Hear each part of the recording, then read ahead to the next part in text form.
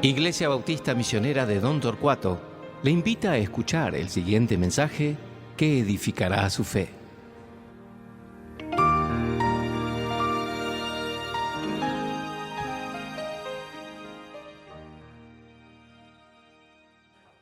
Muy buenos días, hermanos. Les invito a abrir sus Biblias hoy a 1 Corintios 10. Hoy vamos a estudiar versículos 14 a 22. El apóstol Pablo sigue su estudio sobre cómo debemos responder a las cosas no definidas por Dios en la palabra de Dios. Las cosas que a veces están marcados por Pablo, llamados nuestros derechos o nuestras libertades, y cómo debemos responder a esas cosas. Hoy en día hay mucha confusión sobre las cosas no definidas por Dios. Hay los que ponen absolutamente todo en la categoría de lo no definido. Ellos dicen, todo está bajo gracia. Su refrán o su forma de vivir es decir, es más fácil pedir perdón que pedir permiso. La idea de ellos es que tengo mis derechos y voy a utilizarlos al máximo y aún tengo el derecho de pecar porque todo está bajo gracia. Y Pablo tenía que decir a los corintios que algunos de ellos estaban abusando de sus derechos, algunos estaban pecando contra los hermanos, y al final, en capítulo 8, vimos que estaban pecando contra Dios en el nombre de sus libertades en Cristo. Hay otros que abusan de este mismo tema por juzgar a todos por su propia conciencia.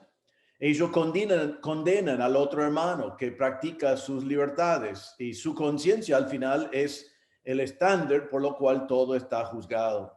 Ellos quitan las libertades de todos y a veces llamamos a ellos legalistas porque ellos ponen una regla para cada aspecto de la vida mucho más allá de lo que Dios ha puesto. Entonces, una de las cosas que tenemos que hacer, y es algo que Pablo está hablando hoy, es que tenemos que identificar con claridad lo que Dios ha definido y lo que Dios no ha definido. Si Dios ha definido algo como pecado, tenemos que verlo como pecado. Y si Dios no lo ha definido como pecado, entonces tenemos que ver que entra en nuestras libertades en Cristo. Pero aún esos están con formas de practicar como Pablo nos está hablando en este argumento. Ahora recuerden que en el contexto que estamos estudiando, Pablo ha dicho ya que se puede comer carne ofrecido a ídolos, porque un ídolo no es nada.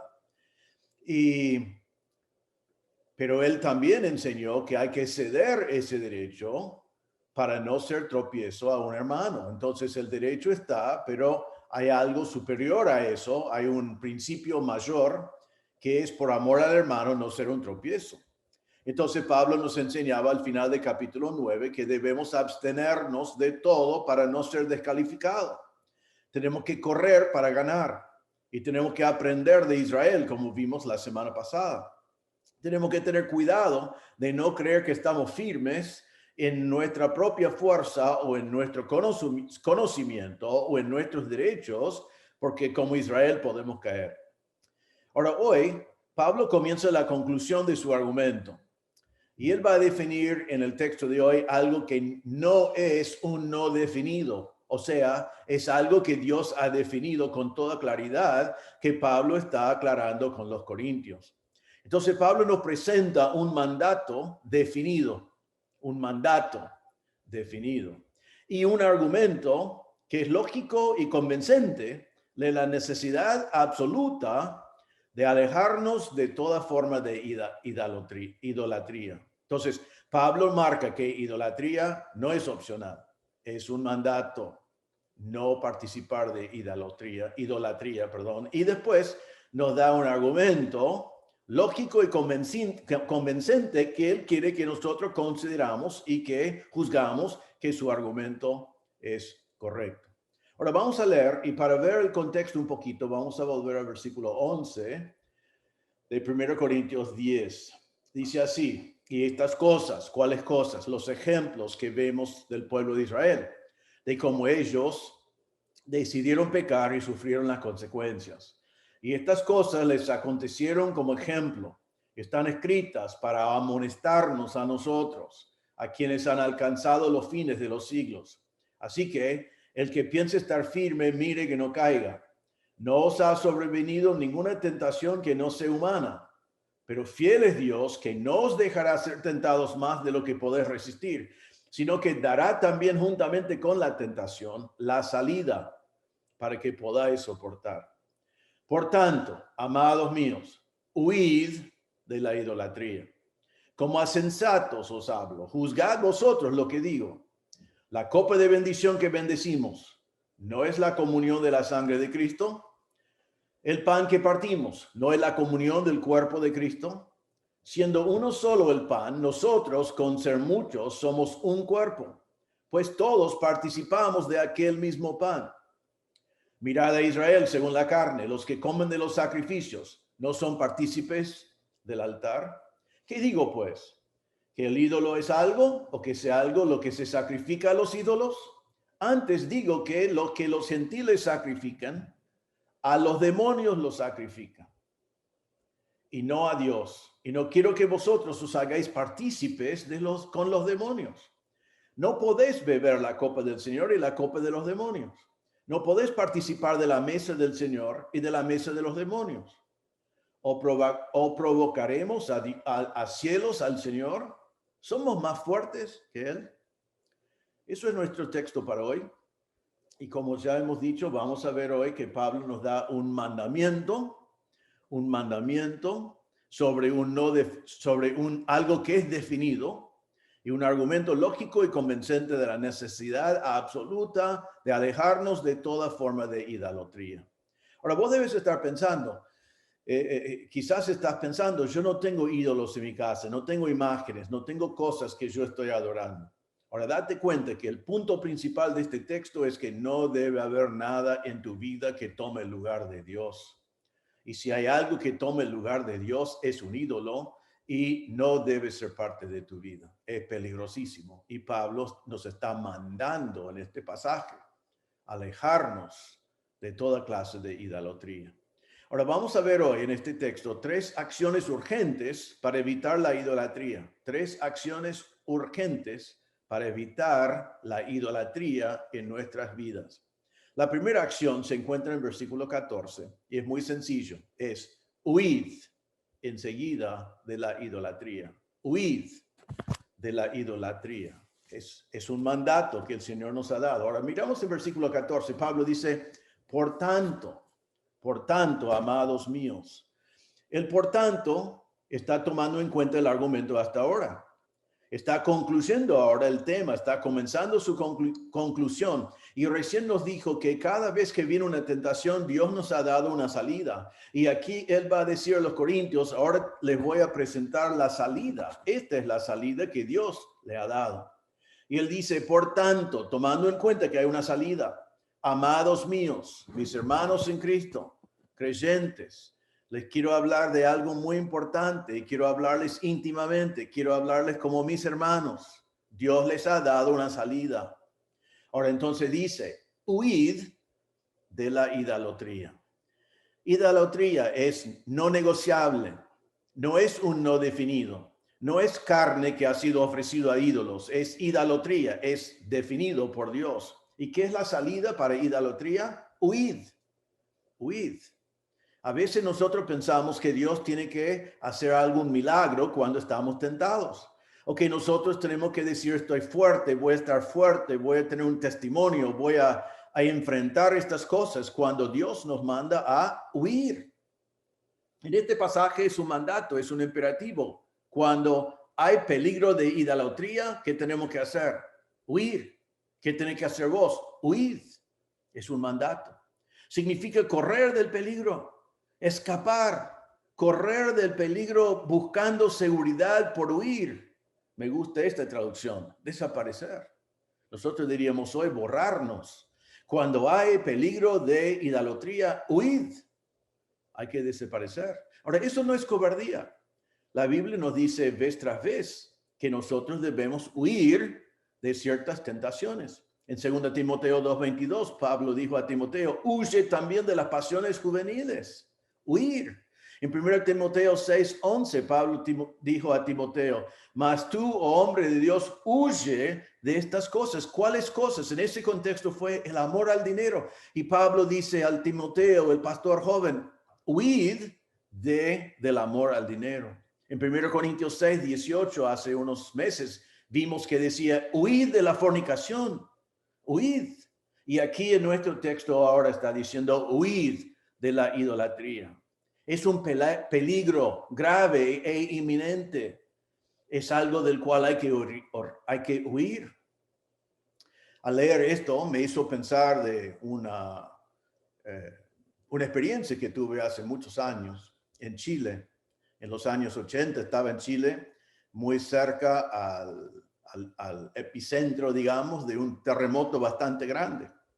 Me acuerdo que estamos todos en un campamento, estamos sentados en un comedor y estamos comiendo y tenían pequeños movimientos de tierra toda la semana y los que vivieron en la zona siempre se ríen y dijeron no se preocupen, no se preocupen, no se preocupen. En este caso estamos comiendo y comienzan los temblores y los que vivían allí estaban diciendo no pasa nada, está todo tranquilo, está todo bien. Pero el temblor siguió y aumentó y comenzó a caer reboques y cosas del techo. Y en un momento veo que la gente que siempre estaba allí riéndose de nosotros como personas que no vivimos en lugares de terremotos, diciendo tranquilo, está todo bien, los vi a sus espaldas mientras que ellos corrieron de estar dentro del edificio, corrieron al aire libre. Y al ver su ejemplo decidí correr también. Ahora, ¿qué cambió para ellos? Ellos que conocieron el tema sabían que un temblor común y corriente para ellos no era nada, pero cuando se dieron cuenta que fue un terremoto, dijeron, peligro, hay peligro adentro del edificio, hay que correr. Y entonces huyeron. Eso es lo que el Señor nos está diciendo a nosotros. Idolatría es peligrosísimo, hay que huir, hay que correr. La única seguridad es un rechazo total. No es algo con el cual podemos jugar, no es algo con el cual podemos acercar, es algo que tenemos que huir. Pablo da a los corintios, a nosotros aquí, una prohibición absoluta contra la idolatría. No hay lugar para acercarnos. Ahora, ¿por qué es tan grave idolatría? Hay varias razones. En primer lugar, idolatría es una violación del carácter de Dios. Dios no es un Dios que soporta la idolatría de su pueblo, porque solo Dios es digno de adoración. Miren estos pasajes, piénsenlos, pueden anotarlos. Primera Crónicas 16, 25 y 26 dice, porque grande es Jehová y digno de suprema alabanza y de ser temido sobre todos los dioses, porque todos los dioses de los pueblos son ídolos, mas Jehová hizo los cielos. Él es digno de suprema alabanza y solo Él, porque los otros son ídolos. Salmo 96, versículos 4 y 5 realmente dice lo mismo. Porque grande es Jehová y digno de suprema alabanza, temible sobre todos los dioses, porque todos los dioses de los pueblos son ídolos. Pero Jehová hizo los cielos. Dios es tu creador. Salmo 145, 3 dice, grande es Jehová y digno de suprema alabanza, y su grandeza es inescrutable. Ni podemos entender bien la grandeza del Señor. Solo tenemos lo que Él nos reveló en la creación y por su palabra. Pero Él es digno de suprema alabanza y es el único. Apocalipsis 5, 2 y 13. Dice, decían a gran voz, el cordero que fue inmolado es digno de tomar el poder, las riquezas, la sabiduría, la fortaleza, la honra, la gloria y la alabanza. Y a todo lo creado que está en el cielo y sobre la tierra y debajo de la tierra, en el mar y todas las cosas que en ellos hay, oí decir al que está sentado en el trono y al cordero, sea la alabanza, la honra, la gloria, el poder por los siglos de los siglos. Idolatría es un pecado grave, algo del cual tenemos que huir porque viola el carácter de Dios. Solo Dios es digno de alabanza, solo Dios es digno de todo el honor porque Él es nuestro creador. También es un pecado grave del cual tenemos que huir porque Dios nos mandó a adorar solamente a Él. Desde los 10 mandamientos en Éxodo capítulo 20, el Señor dijo, no tendrás dioses ajenos delante de mí. No te harás imagen, ni ninguna semejanza de lo que está arriba en el cielo, ni abajo en la tierra, ni en las aguas debajo de la tierra. No te inclinarás a ellas, ni las honrarás, porque yo soy Jehová tu Dios, fuerte, celoso, que visito la maldad de los padres sobre los hijos hasta la tercera y cuarta generación de los que me aborrecen. Entonces en los 10 mandamientos él dijo, ningún Dios delante de mí, ninguna imagen al cual inclinás. No adorás a nadie más porque hay consecuencias. En Éxodo 34, versículo 14 dice, ¿por qué no te has de inclinar a ningún otro Dios? Pues Jehová, cuyo nombre es celoso, Dios celoso es. Dios espera que solo adoramos a Él, que solo Él sea el Señor de nuestras vidas, que solo Él sea nuestro Dios. En el Nuevo Testamento, Juan dijo en 1 de Juan 5:21, hijitos, guardaos de los ídolos. Guardaos de los ídolos. Entonces, tenemos que huir de la idolatría porque es una violación del carácter de Dios, porque Dios nos mandó a adorar solamente a Él y porque Dios no comparte su gloria con nadie. Hay muchos pasajes que dicen eso también. Isaías 42:8, yo Jehová, este es mi nombre, y a otro no daré mi gloria ni mi alabanza a esculturas. Isaías 48:11. Por mí, por amor de mí mismo lo haré, para que no sea amancillado mi nombre y mi honra no la daré a otro. Hermanos, no podemos tomar algo de la honra que queremos dar y darlo a Dios y una parte a nuestro ídolo. Si es una imagen o si es algo que ha tomado el lugar en mi corazón que pertenece solamente a Dios, Dios no comparte su gloria con nadie. En un pasaje fundamental del Nuevo Testamento, Pablo dijo en Romanos 1:21-23, pues habiendo conocido a Dios, no le glorificaron como a Dios, ni le dieron gracias, sino que se envanecieron en sus razonamientos y su necio corazón fue entenebrecido, profesando ser sabios, se hicieron necios y cambiaron la gloria del Dios incorruptible en semejanza de imagen de hombre corruptible, de aves, de cuadrúpedos y de reptiles. Él dice que el hombre conoce a Dios, pero no quiere glorificarle a Dios como Dios. Entonces, siendo envanecido en su mente y con el corazón entenebrecido, ponen otros dioses en el lugar de Dios. Y Dios no comparte su gloria con nadie. En el mismo pasaje, en Romanos 1:18, Pablo decía, porque la ira de Dios se revela desde el cielo contra toda impiedad e injusticia de los hombres que detienen con injusticia la verdad.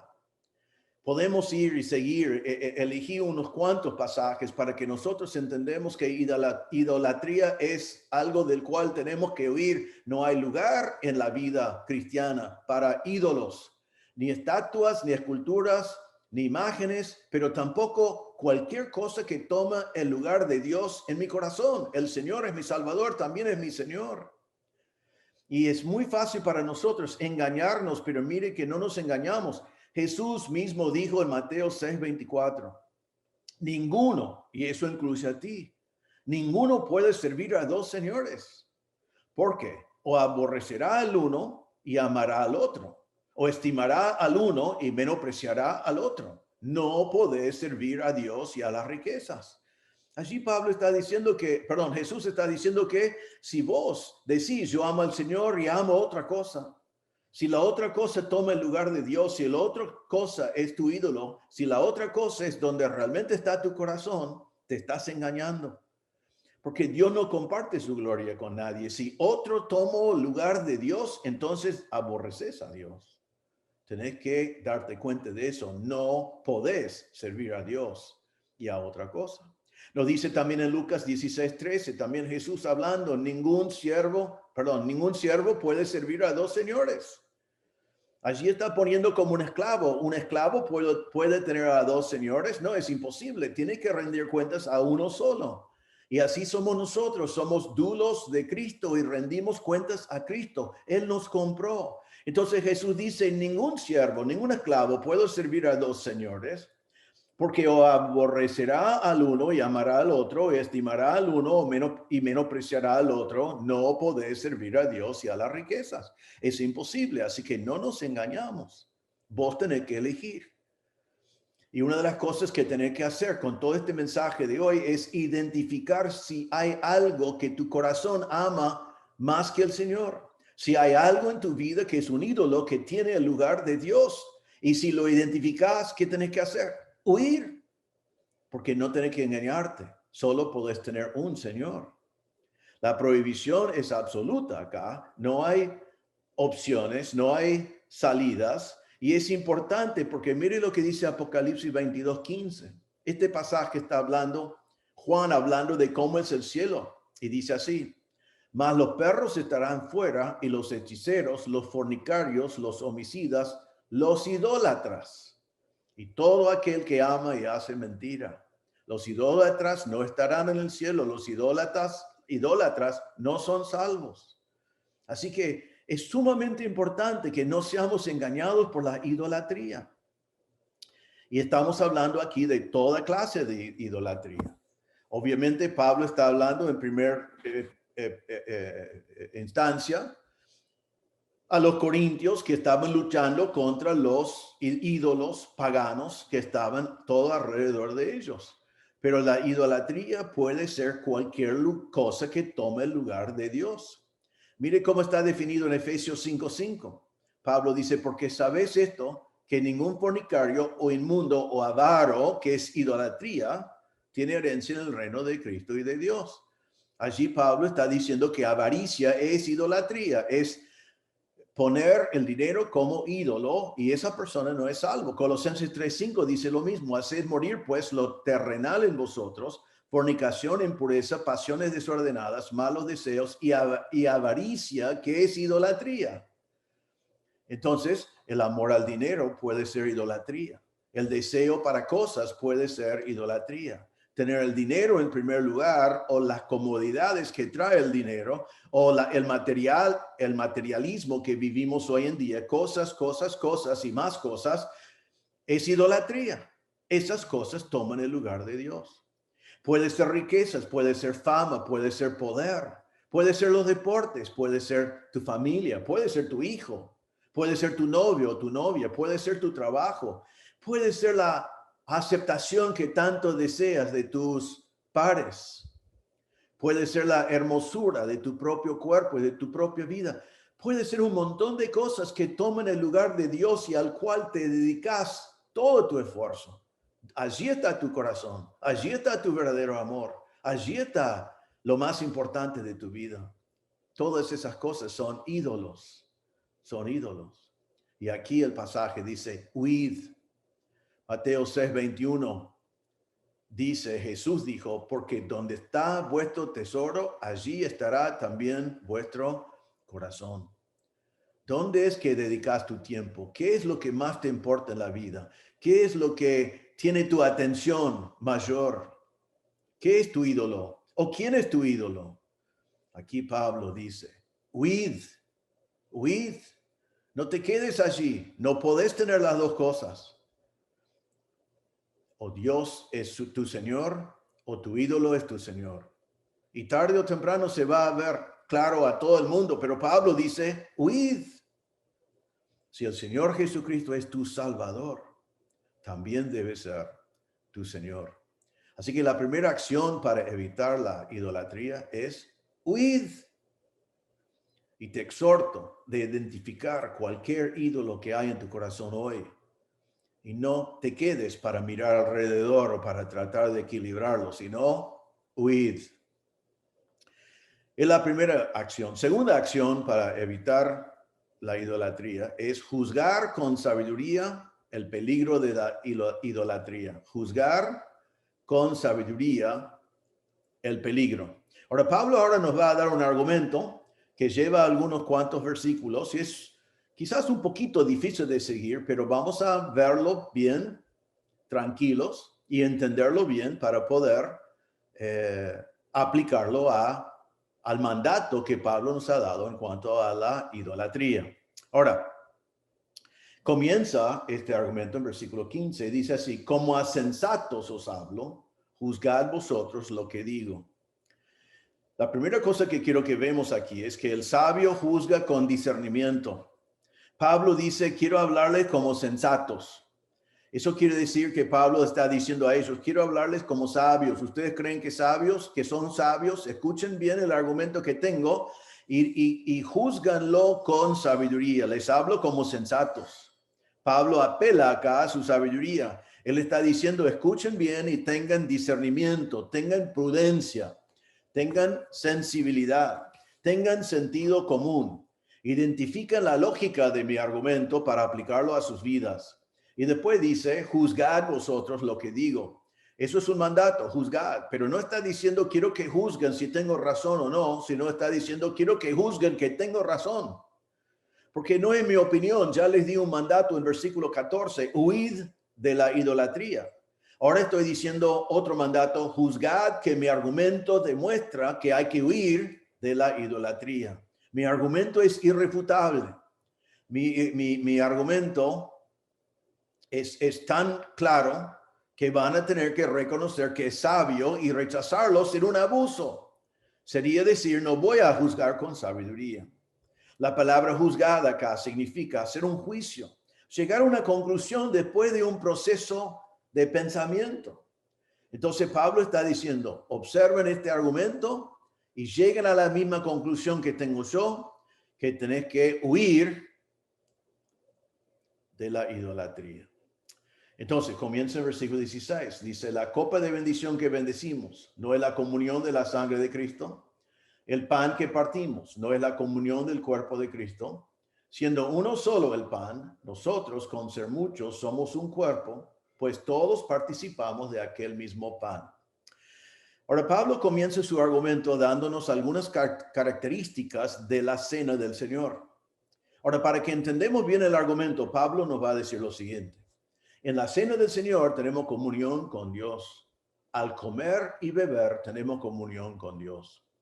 Después va a decir: Israel, en sus sacrificios como nación, los sacerdotes comieron la comida y participaron, tenían comunión con el altar.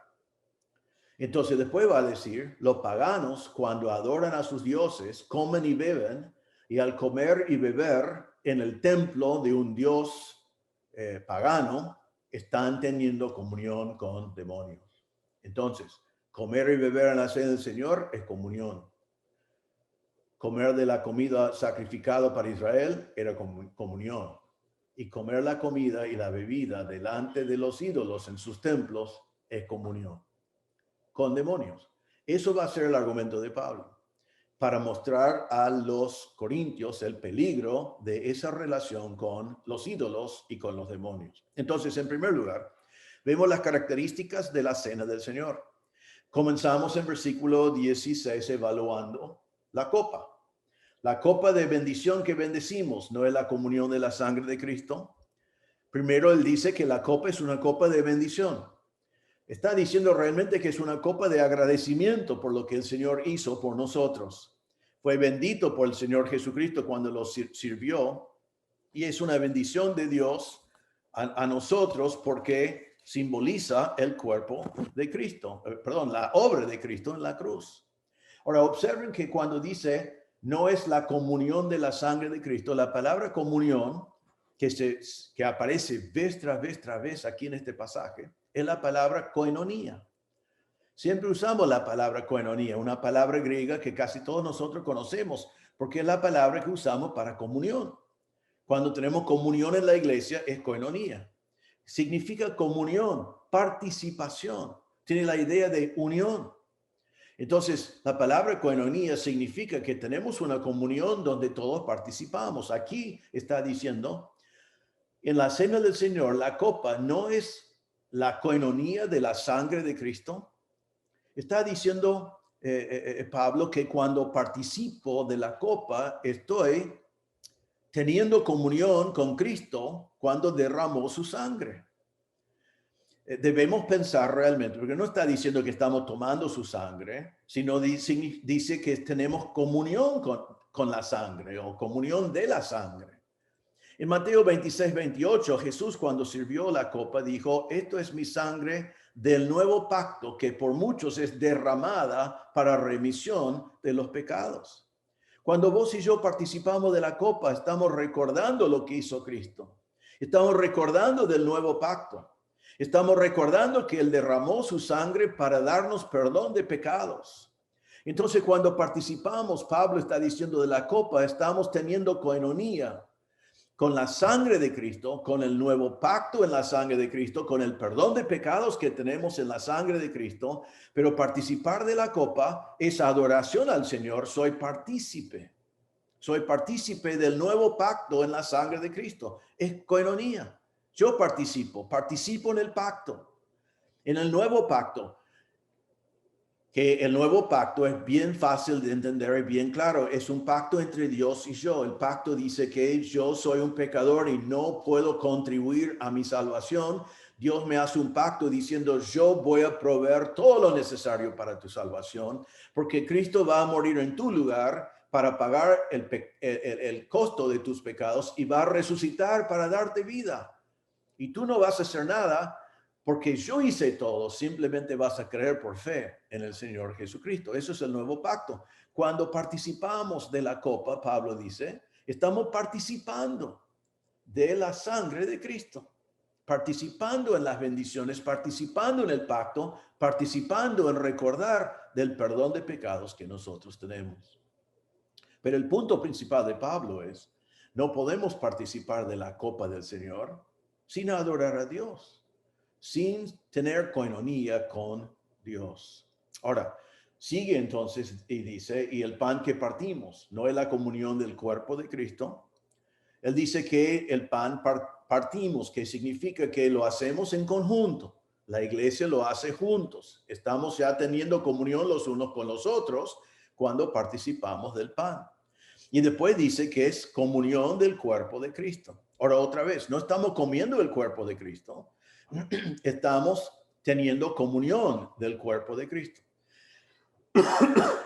Perdón, es participación, comunión, es la palabra koinonia otra vez. Estamos unidos, juntos el uno con el otro y unidos con Cristo en su cuerpo. Jesús dijo en Lucas 22:19, cuando sirvió el pan, dijo, esto es mi cuerpo que por vosotros es dado, haced esto en memoria de mí. Así que Pablo está diciendo, cuando partimos el pan, estamos teniendo koinonía con el cuerpo de Cristo. Estamos teniendo participación, estamos adorando.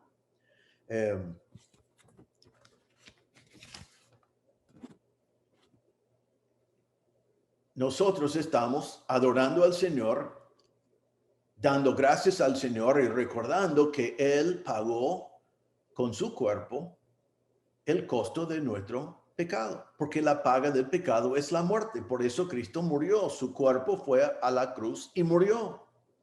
Y cuando participamos, Pablo da más información en versículo 17, dice, siendo uno solo el pan, nosotros con ser muchos somos un cuerpo, pues todos participamos de aquel mismo pan. Ahora Pablo está diciendo que participamos nosotros y cuando participamos somos unidos como cuerpo, porque él dice es un solo pan. Aparentemente en el Nuevo Testamento tomaron un pan y lo partieron así del mismo pan. Y él está diciendo todos nosotros participamos del mismo pan, recibimos del mismo pan, comemos del mismo pan.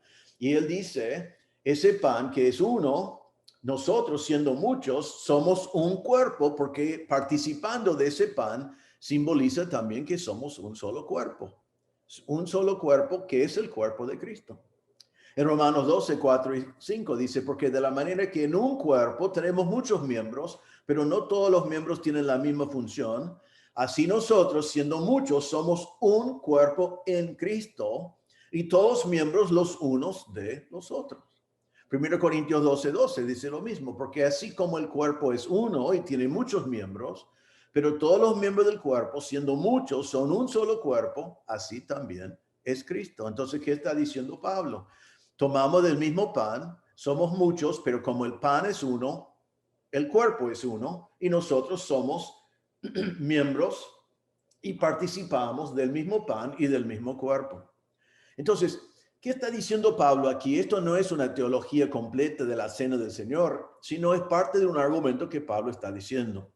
Lo que está diciendo aquí es, por comer y beber la cena del Señor, nosotros tenemos comunión, koinonía, con el Señor.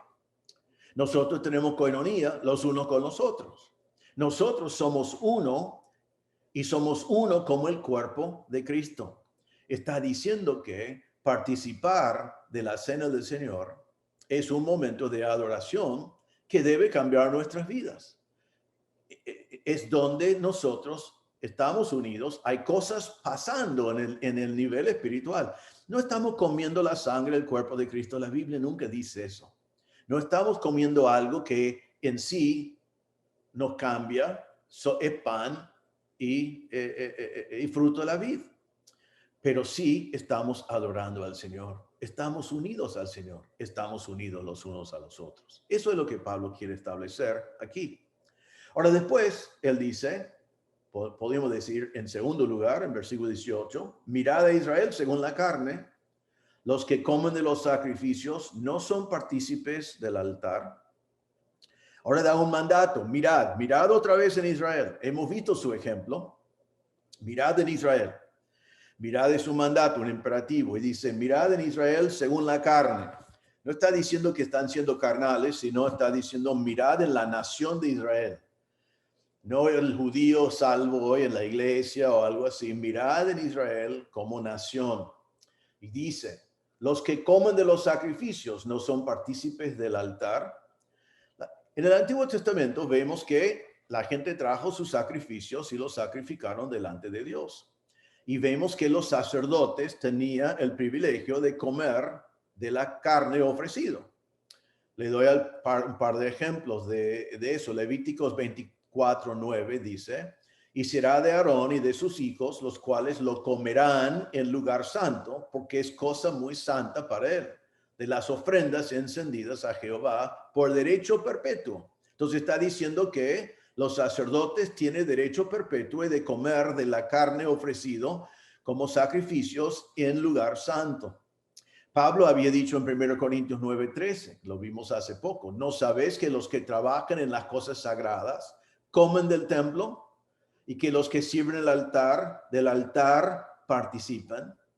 Entonces Pablo está diciendo, no solamente en la cena del Señor es así, sino para Israel también fue así.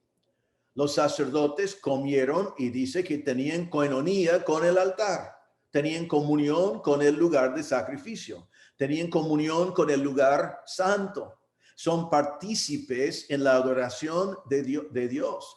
¿Y quiénes son los que tienen esa koinonía con el altar? Son los que comen, con los que comen. Entonces el punto de Pablo aquí es, comer de los sacrificios le hace partícipe del lugar santo donde se ofrecieron los sacrificios, igual como en la cena del Señor. Ahora, todo este argumento para llegar al punto de Pablo, que ahora encontramos en versículo 19 en adelante.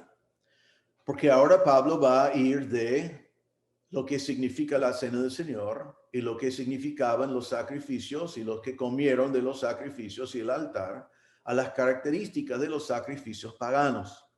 Él hace dos preguntas en versículo 19. Creemos que son preguntas que Pablo está anticipando. Estas son cosas que los corintios van a estar preguntando en este momento, porque son cosas que ya hemos visto. Dice, ¿qué digo pues? ¿Que el ídolo es algo? No está diciendo eso porque ya está definido que un ídolo no es nada. Recuerden 1 Corintios 8:4. Acerca pues de las viandas que se sacrifican a los ídolos, sabemos que un ídolo nada es en el mundo y que no hay más que un Dios. Entonces Pablo dice, no se confundan, no estoy diciendo de pronto que un ídolo es algo. Y después hace otra pregunta en versículo 19, que el ídolo es algo o que sea algo lo que se sacrifica a los ídolos. ¿Qué es lo que estaban sacrificando a los ídolos?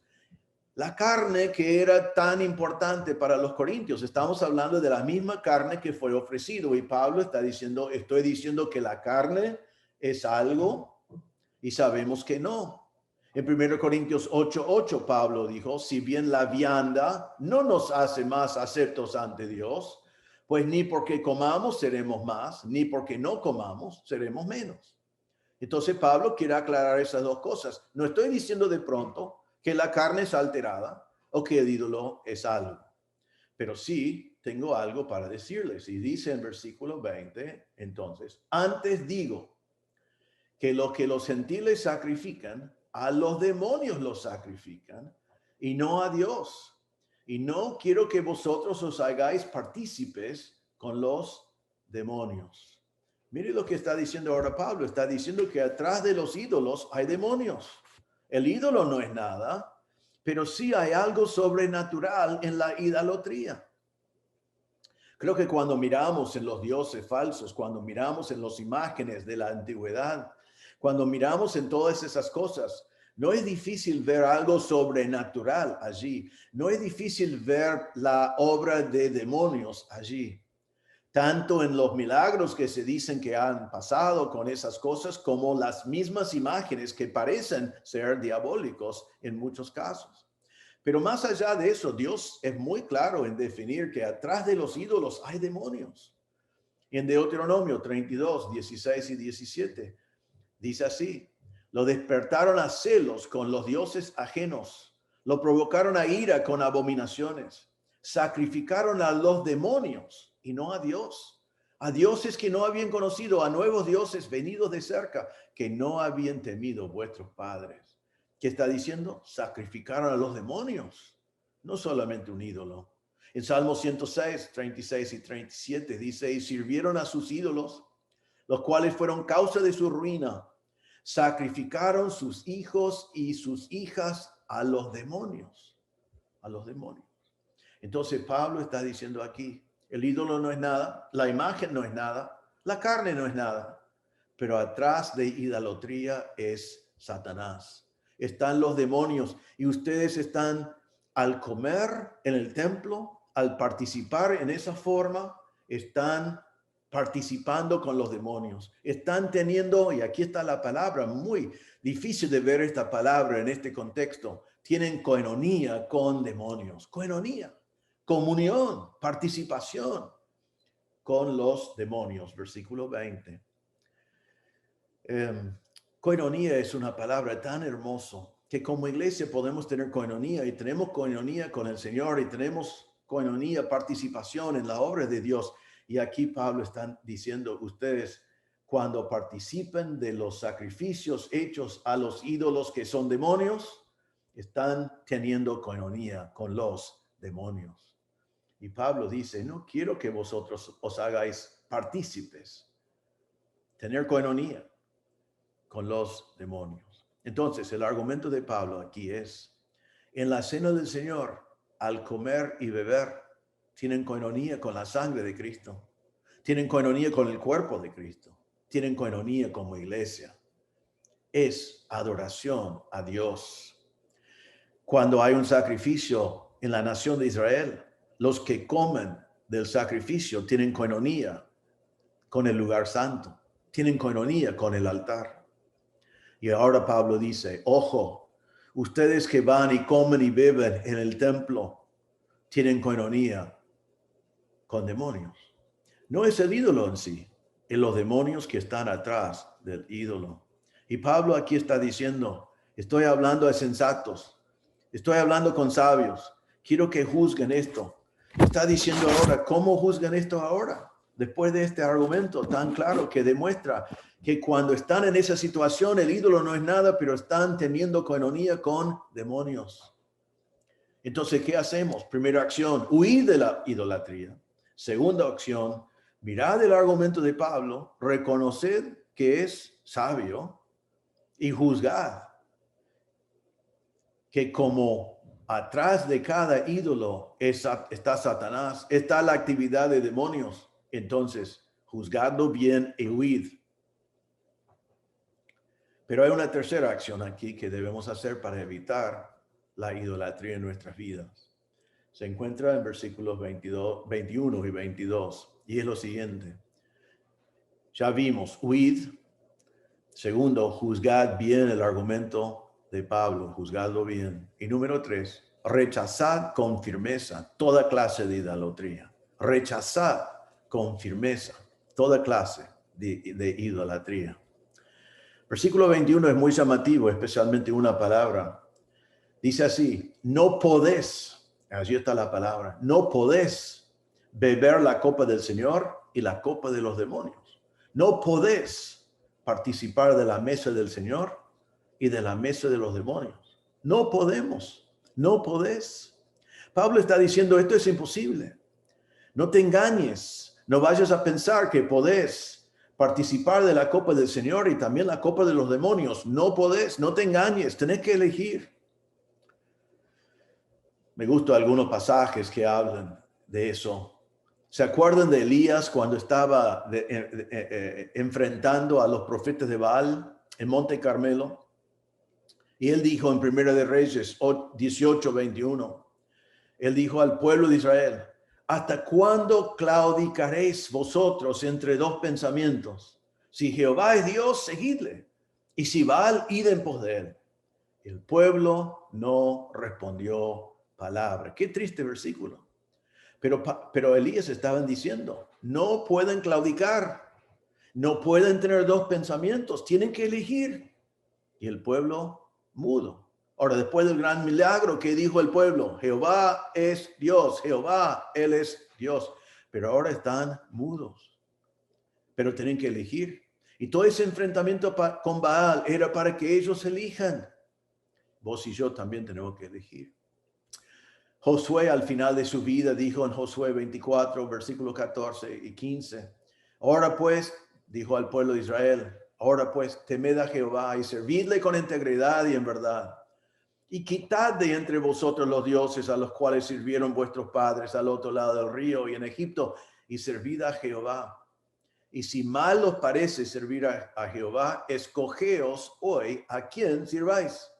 Si a los dioses a quienes sirvieron vuestros padres cuando estuvieron al otro lado del río, o a los dioses de los amorreos en cuya tierra habitáis. Y Josué dice, pero yo y mi casa serviremos a Jehová. Aquí Josué dice, temed a Jehová y servidle con integridad y quitad todos los otros dioses, quitadlos.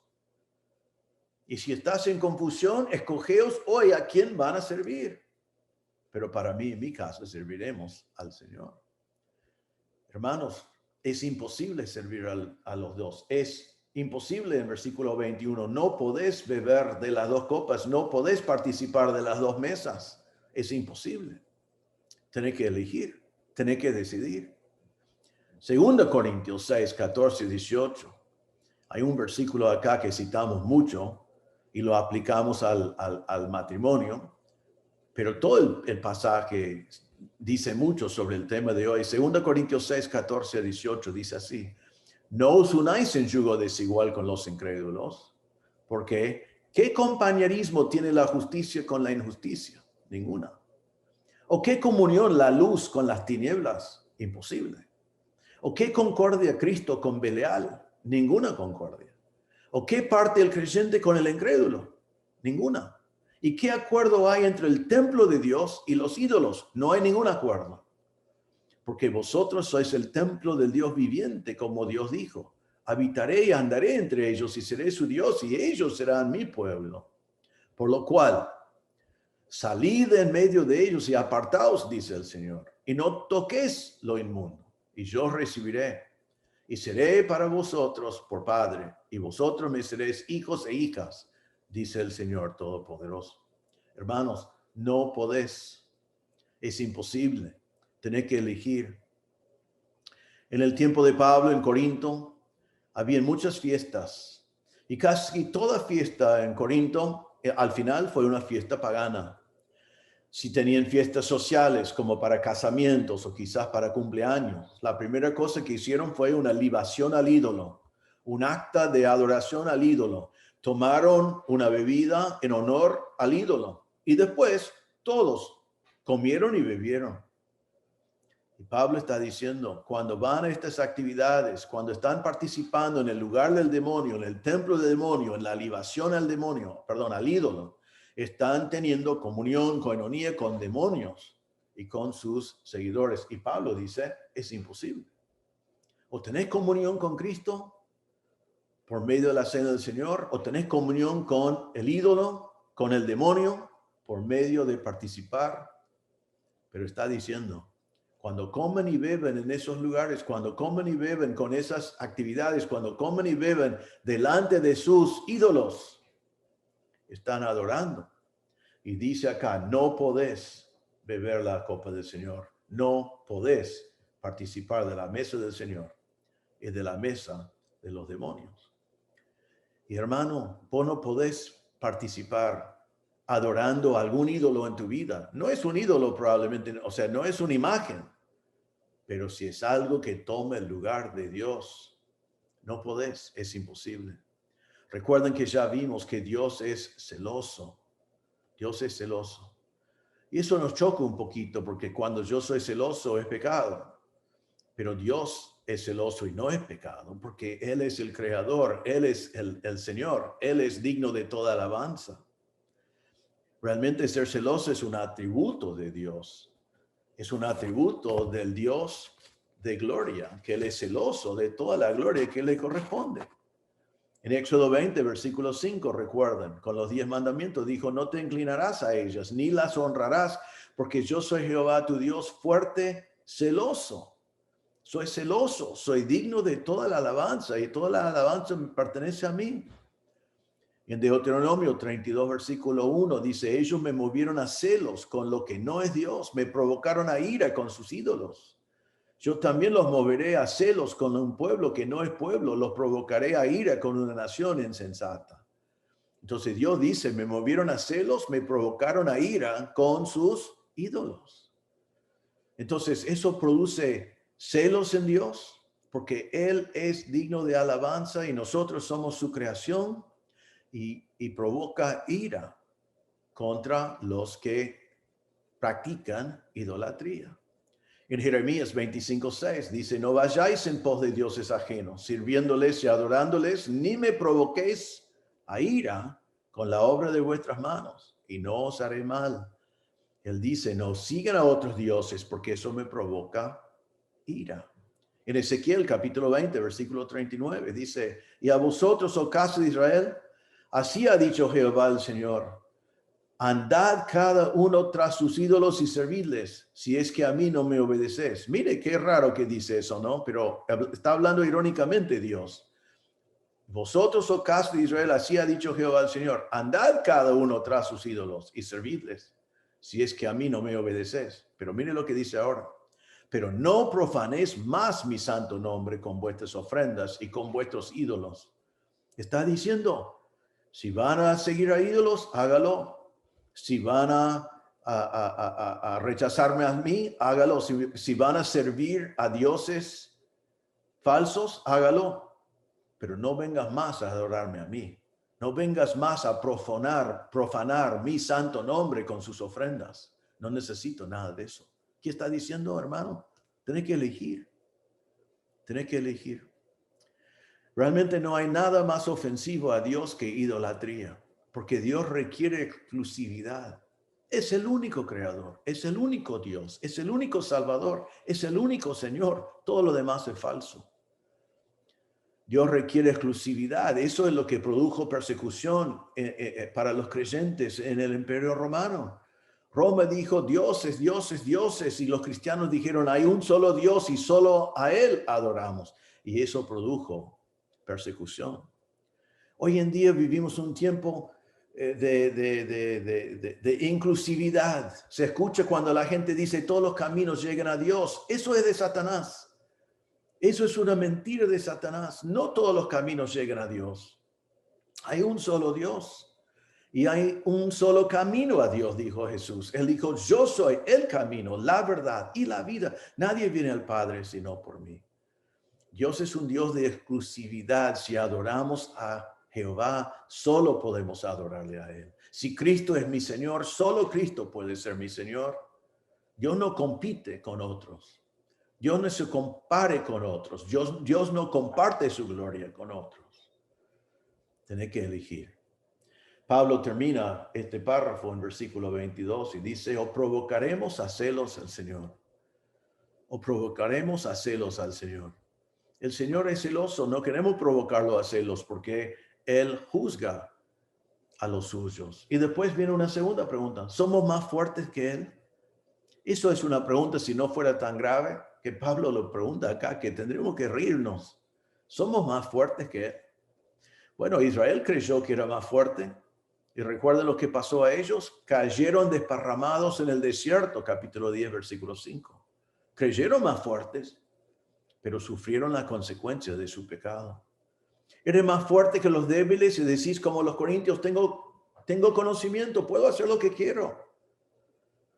Tenés que ceder tus derechos por amor a tu hermano. Y si es idolatría, tenés que huir. ¿Eres más fuerte? ¿Somos más fuertes que Él? Recuerda el versículo 12 de la semana pasada. El que cree que está firme, ten cuidado que no caiga. ¿Somos más fuertes que Él? No. La respuesta es no. Dios es más fuerte.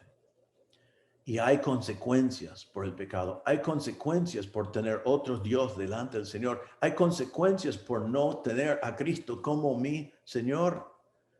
Y tú no eres exento. Israel no era exento como la nación elegido por Dios. Otros no han sido exentos. No te engañes. Tú no vas a ser exento. No hay exención para nadie. Tú no eres más fuerte de Dios. No te engañes. Tenés que definirte. Tenés que identificar si hay algún ídolo en tu vida, en tu corazón, en cualquier lugar de tu vida, en cualquier parte de tu vida. Y tenés que huir. ¿Qué es la conclusión de este pasaje? Pablo nos está marcando con toda claridad y realmente esto es el único punto hoy. Idolatría es pecado y hay que huir. Eso significa que idolatría es prohibido, es algo definido, es pecado y es pecado en todas sus formas. No te vayas a pensar, sería muy triste perder el punto de este pasaje por decir, yo no tengo ídolos, no tengo imágenes, no soy seguidor de Baal, no soy seguidor de Zeus, así que esto no es para mí. Está prohibido idolatría en todas sus formas. Así que quizás la pregunta para ti y para mí hoy es, ¿quién es Señor de mi vida? ¿Dónde está mi corazón? ¿Qué es lo que amo con todo mi ser, con todo mi corazón, con toda mi alma?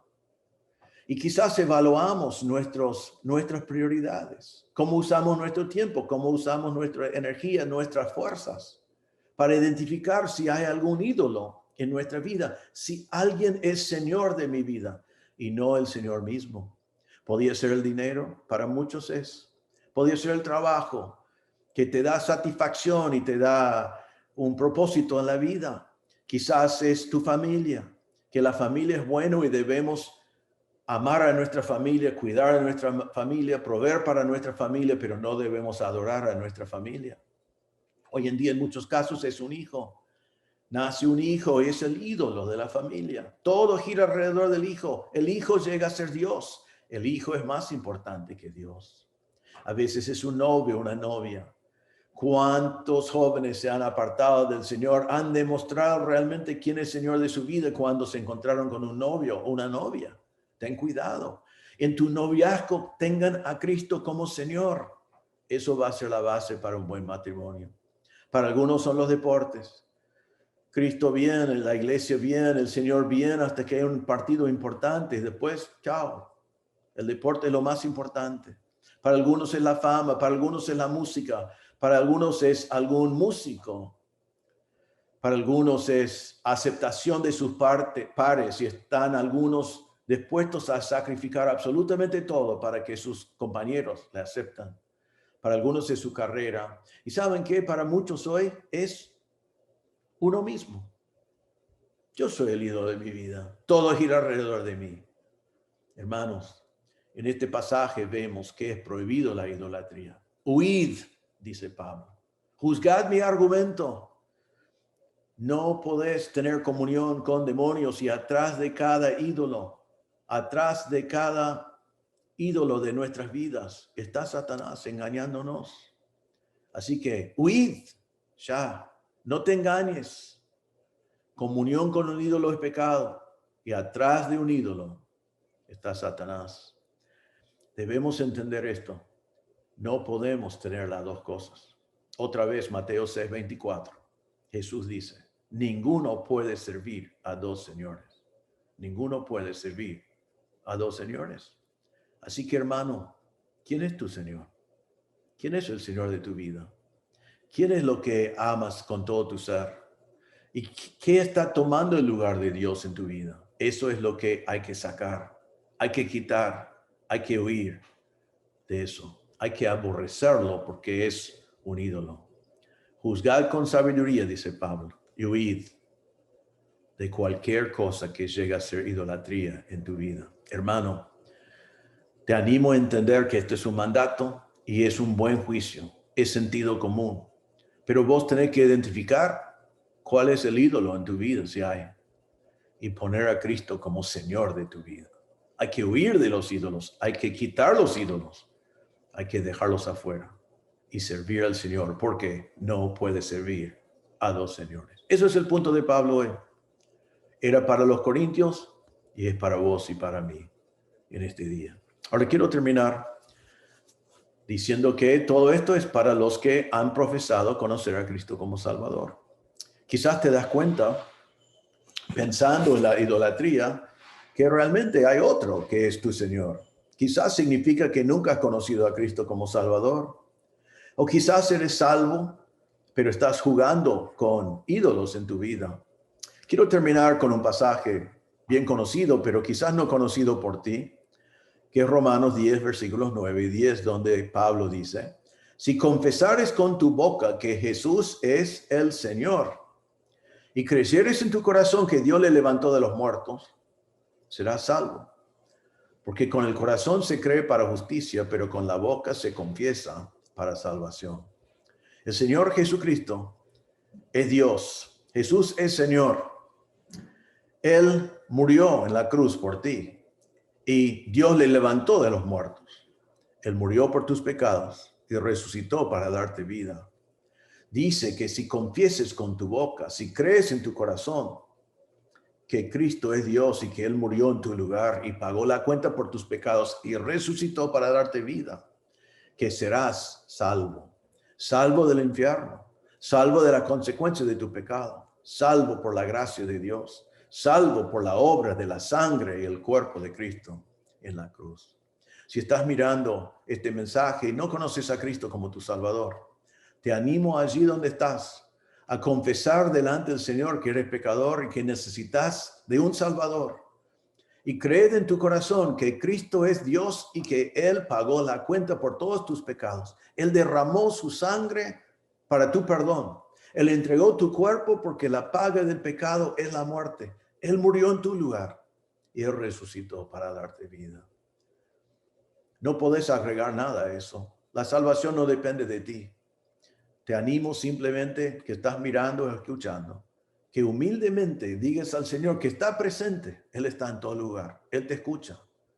Decile al Señor, es verdad, Señor, que soy un pecador, que necesito de un Salvador porque yo no puedo dejar de pecar. Y creo que Jesús es Dios y que Él murió en la cruz. Él pagó la cuenta por mis pecados y Él resucitó. Y hoy pongo mi fe en Cristo como mi Salvador. Sálvame, Señor. La Biblia dice que si confíes en Cristo y la obra que Él hizo en la cruz, sin agregar nada, que Él te dará vida eterna. Vida eterna, perdón de pecados y vida abundante. Ponga tu fe en el Señor Jesucristo. Y para todos nosotros, que el Señor Jesucristo, que es nuestro Salvador, que sea Señor de nuestra vida, en todos los aspectos de nuestra vida. Huid de la idolatría y que Cristo sea Señor, porque solo Él es digno. Solo Él es digno de alabanza, de honra, de adoración. Oremos. Señor, te damos gracias por este pasaje. Te damos gracias que realmente hay un solo punto, un punto tan importante que tú quieres que huimos de la idolatría. Tú quieres que solo Cristo tenga primer lugar en nuestra vida, que solo Cristo sea nuestro Señor, que no haya competencia en nuestro corazón, que nuestro corazón esté dedicado totalmente a ti. Pedimos, Señor, que podamos prestar atención. Primero, es un mandato para obedecer. Segundo, Pablo nos dio un argumento irrefutable para juzgar y aprobar. Y en tercer lugar, nos has explicado con claridad que no podemos tener las dos cosas. Tenemos que decidir. Pedimos, Señor, que nadie termine de escuchar este mensaje sin decidir. Identificar y quitar cualquier ídolo y dejar a Cristo sentado en el trono de su corazón. Porque no podemos tener las dos cosas. Pedimos, Señor, que si hay alguien que está escuchando que no conoce a Cristo como Salvador, que en este mismo momento tu Espíritu Santo le convence de su pecado y de su necesidad de un Salvador. Y que tú le des la fe para creer que Cristo murió en su lugar, pagó la cuenta por sus pecados y resucitó para darle vida eterna. Pedimos que tú obres entre nosotros en este día. En el nombre del Señor Jesús pedimos. Amén. Bueno, hermanos, muchas gracias. Que el Señor les bendiga. Otra vez hoy, obviamente, estamos esperando poder volver, pero les animamos a ir a la iglesia, ir preparado para compartir y para adorar al Señor juntos y realmente levantar sus voces en alabanza al Señor, glorificando a Dios y animándonos, animando los unos a los otros, teniendo coinonía los unos con los otros y coinonía con el Señor en las reuniones de este domingo. Que el Señor les bendiga.